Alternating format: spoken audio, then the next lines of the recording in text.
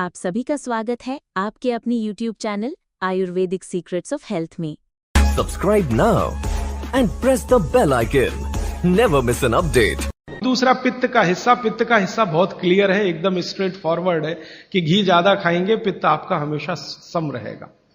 और ज्यादा घी खाने का जो समय है वो बारिश के दिनों में और ये जो गर्मी के दिन होते हैं ना, उस समय घी ज्यादा खाइए ताकि पित्त को कंट्रोल करके रखे। और वात के लिए मैं पहले ही बता चुका हूं, शुद्ध पित्त। अभी ये जितनी बात है आप सोचो कितनी सरल है, बस हमें अपनी जीवन शैली में थोड़ा बदलाव करना है। जीवन शैली में बदलाव से पहले मन में संकल्प लेना है कि जी हम तो ऐसे ही चलेंगे, दुनिया जिधर जाए जाए हमें उससे मतलब नहीं, हम तो ऐसे चलेंगे। तो ये तीन चीजें अगर आपने देख ली तो बहुत अच्छा है। अब थोड़ा आगे चलें, अब और दूसरी चीजों पे मैं चलता हूं कि और कौन कौन सी चीजें हैं जो आपके आसपास हैं और आपके वात पित्त कफ तीनों को सम पे लाने में मदद कर सकती है। ये तीनों समभाग में रहें तो अच्छा होता है। और कौन कौन सी चीजें हैं? तो भागवती जी कहते हैं रसोई के बाहर जाने की जरूरत ही नहीं, सब वहीं है। भागवती जी ने एक सूत्र लिखा है, दुनिया का सबसे बड़ा औषधि केंद्र हमारा रसोई घर है। सबसे बड़ा औषधि केंद्र रसोई घर है। अब दुर्भाग्य से हम रसोई में जिनको मसाला कहते हैं ना, मसाला, वहां मसाला कुछ नहीं है, सब औषधि है। मसाले का और औषधि का अंतर मालूम है? ये मसाला तो शब्द ही भारत का नहीं है, पहले तो ये बता दूंगा। ये अरबिक शब्द है, फारसी से अरबी में आया, अरबी से हमारे घुस गया, हिंदी में और जगह जगह घुस गया। ये विदेशी आए तो ये शब्द भी आया। हिंदुस्तान में 17वीं 18वीं शताब्दी का साहित्य जब मैं पढ़ता हूं तो जब तक मुगलों का राज्य रहा तब तक मसाले शब्द का बहुत उपयोग है। मुगलों के राज्य के पहले एक भी जगह किसी भी शास्त्र में मसाला नहीं है। चरक संहिता पढ़ी मैंने, कहीं भी मसाला नहीं है उसमें। सुश्रुत में कहीं मसाला नहीं है, बागवट की कहीं मसाला नहीं है। पुराने जितने लेखक हुए हैं ना 10वीं शताब्दी के पहले के, कहीं भी किसी ने मसाले शब्द का इस्तेमाल ही नहीं किया। हर जगह है तो औषधि है, औषधि औषधि, जीरा औषधि, धनिया औषधि, ये औषधि के रूप में है। तो इनकी जो प्रॉपर्टीज हैं रसोई घर की औषधियों की, ये सब आपके चिकित्सा के लिए है। अब मुझे समझ में आता है कि हमारे पुराने जमाने की माताएं बहनें, जो हमारी दादी हैं, नानी हैं, उन्होंने अपनी अपनी बेटियों को जो कुछ सिखाया, सब्जी बनाना तो क्या क्या डालना, जीरा चाहिए, धनिया चाहिए, हींग चाहिए, मात्रा कितनी कितनी चाहिए, वो सब बड़े वैज्ञानिक और चिकित्सक लोग रहे होंगे। क्योंकि रोज हमारे शरीर में वात पित्त कफ की स्थिति सम और असम होती रहती है। आप जानते हैं सुबह जो है ना वात ज्यादा होता है शरीर में, सुबह सुबह, दोपहर को पित्त ज्यादा होता है, शाम को कफ ज्यादा होता है। तो ये पूरे 24 घंटे में ऊपर नीचे होता रहता है। तो 24 घंटे में जो वात पित्त कफ ऊपर नीचे होता रहता है तो सब्जियों में उसी के हिसाब से औषधियां डाली जाती है। जैसे दोपहर की सब्जी बने, दोपहर की, तो मेरी दादी को मैंने देखा था कि दोपहर की सब्जी बनाएगी तो अजवाइन जरूर डालेगी उसमें, और वही सब्जी रात को बनाती थी तो अजवाइन नहीं डालती थी। तो एक दिन मैंने दादी से पूछा कि यही सब्जी दोपहर को मैंने खाई तो इसमें अजवाइन थी, शाम को खाई तो नहीं, क्यों? तो उसने उत्तर तो नहीं दिया। तो उसने कहा मेरी मां ने ऐसा सिखाया। बस बात खत्म हो गई।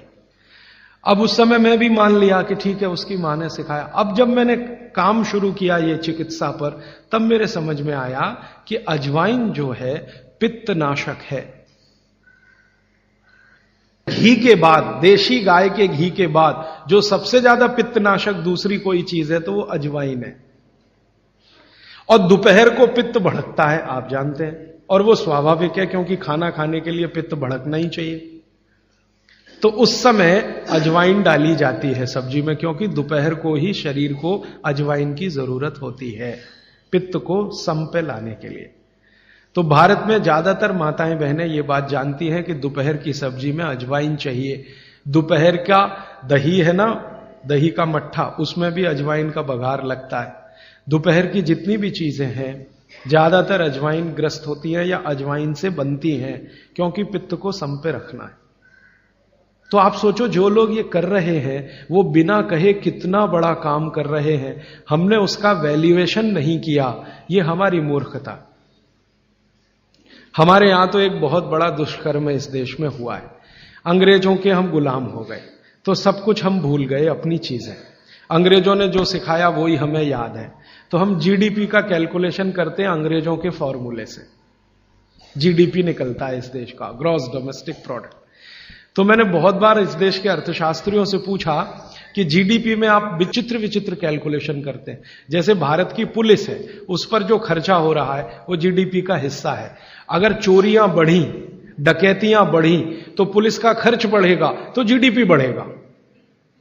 और प्रधानमंत्री छाती ठोक के कहेगा मेरे जमाने में जीडीपी 10% से ऊपर बढ़ गया। सो व्हाट, पुलिस का खर्च बढ़ गया, माने चोरियां बढ़ गई, डकैतियां बढ़ गई, अत्याचार बढ़ गए, अनाचार बढ़ गए, तो जीडीपी बढ़ गया। तो क्या बड़ी बात है।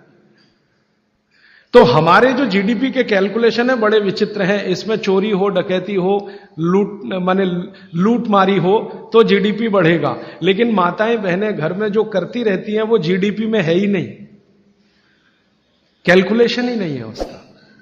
भारत सरकार कोई कैलकुलेशन नहीं करती कि किसी माँ ने 1 किलो पापड़ बना दिए तो जीडीपी बढ़ा कि नहीं।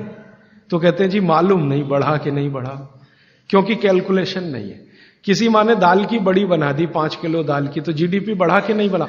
आपका मन क्या कहता है, बुद्धि क्या कहती है, बढ़ा कि नहीं बढ़ा। किसी ने बड़ी बना दी, किसी ने पापड़ बना दिए, किसी ने कुछ बना दिया, किसी ने गोंद के लड्डू बना दिए, किसी ने मावे का कुछ बना दिया, तो जीडीपी तो बढ़ ही रहा है। लेकिन हम कैलकुलेट नहीं कर रहे हैं उसको, क्योंकि अंग्रेजों के यहां महिलाओं का किया हुआ काम महत्व का नहीं माना जाता। अंग्रेजों के यहां ये जो अंग्रेज जात है ना दुनिया में, ये महिलाओं के किए हुए काम को काम ही नहीं मानती। आपको मालूम है 2000 साल यूरोप में महिलाओं को पुरुषों से हमेशा कम वेतन मिलता रहा, और आज भी है ये कई देशों में। वो मानते ही नहीं कि इनका कोई काम है। क्यों? वो महिलाओं में आत्मा नहीं मानते। हां, यूरोप का सबसे बड़ा दार्शनिक है प्लेटो, वो कहता है कि स्त्रियों में आत्मा ही नहीं होती, आत्मा सिर्फ पुरुषों में होती है। तो स्त्री जो करे वो बेकार है, पुरुष जो करे वही अच्छा है। तो उनके यहां से ये कैलकुलेशन हमारे यहां आ गया कि स्त्री कुछ भी करे तो काम ही का नहीं। तो अंग्रेजों का 200-250 साल जो राज चल गया, उसमें हम सब के दिमाग खत्म हो गए, सोचना विचारना बंद हो गया, तो हमने भी वही मान लिया। मैं अब इसको बदलना चाहता हूं और मैं ये समझना चाहता हूं और समझाना चाहता हूं कि स्त्रियां जो कर रही हैं वो किसी डॉक्टर से कम नहीं है। बस अंतर इतना है कि डॉक्टर को आप फीस देकर उससे एडवाइस ले रहे हैं, हमारी दादी नानी फोकट में वही एडवाइस दे रही है, धनिया खाओ, जीरा खाओ और ये अजवाइन खाओ, आपके पेट की गैस खत्म हो जाएगी। और ये 3500 साल से वैसे का वैसा ही है, अजवाइन खाओ तो गैस खत्म होती ही है। कभी भी आप करके देख लो। आप में से किसी को भी बहुत गैस बनती हो, पेट में एसिडिटी की तकलीफ हो, आज से शुरू कर दो। आप खाना खाया तो उसमें ध्यान रखो अजवाइन ज्यादा रहे, दाल में, सब्जी में, वगैरह वगैरह। और अगर नहीं कर पा रहे हैं तो खाना खत्म करते ही थोड़ी अजवाइन खा लो। अजवाइन ज्यादा तकलीफ ना कर दे, उसका बैलेंस है काले नमक के साथ। तो थोड़ा अजवाइन और काला नमक मिला के हर खाने के बाद खा के देख लो, 3 दिन में ना आपकी गैस बंद हो तो आप जो कहो मैं हारने को तैयार। ये गारंटी मैं नहीं दे रहा हूं, ये गारंटी अजवाइन दे रही है, मेरी गारंटी नहीं है, अजवाइन की गारंटी है। तो वो कहते हैं भागवत जी कि पित्त को सम रखने के लिए हमारे रसोई में घी के बाद जो दूसरी चीज है वो है अजवाइन। Subscribe now and press the bell icon. Never miss an update. माताओं के लिए ये नियम है।